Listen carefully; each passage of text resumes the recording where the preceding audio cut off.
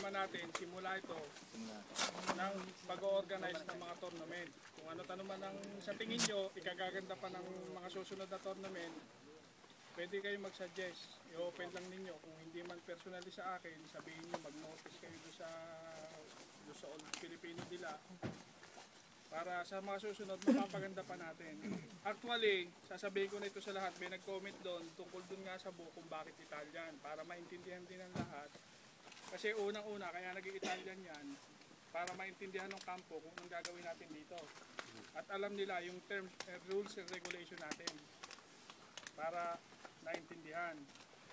Ikalawa, yun nga sinabi ko doon, para hindi humangga sa tayo-tayo din lang lagi ang maglalaban-laban. Para at least prepared kayo na sa mga susunod, kung sasali kayo sa mga tournament na susunod, talagang ang matatanggap yung book Italian. Meron pa nga kaming nasalihan, sinasabi ko sa inyo, Francese pa, Francese. Ibig sabihin, ina-adapt ko na kayo, inire-ready ko na kayo, piniprepare ko na kayo sa mga susunod na tournament na pwede natin salihan. Anche dalla Svizzera. Anche the Svizzera, yun. May mga maaring sa mga susunod nating tournament, maaring maglagay ako ng Chinese language. Nakaroon pa tayo ng Actually, may piniprepare kami, pupunta kami, napag-usapan namin mga kabalyeri, pupunta kami ng Mantuba, titingnan namin yung terrain. Balak namin, nabanggit ko na sa ilan sa inyo, meron kami binabalok na 3 tapa for next year.